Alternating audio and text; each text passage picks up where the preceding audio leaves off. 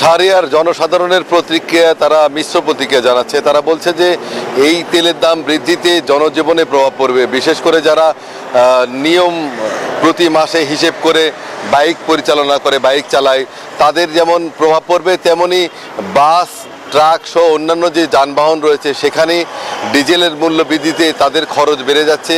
সে কারণে সাধারণ মানুষের যাতায়াত খরচের ওপরও প্রভাব পড়বে, আবার পণ্য আনা নেওয়ার ব্যাপারেও প্রভাব পড়বে। তো সাধারণ মানুষ সহ চালকরা জানাচ্ছেন যে এই বর্ধিত মূল্য প্রত্যাহার করে সহনীয় পর্যায়ে মূল্য রাখলে তারা উপকৃত হবে। সাধারণ জনগণের জন্য সবসময় সাধ্যের মধ্যে সেই মূল্য রাখতে তারা আহ্বান জানাচ্ছেন। আমরা দেখলাম যে এখানে একজন বাইকার তেল নিল।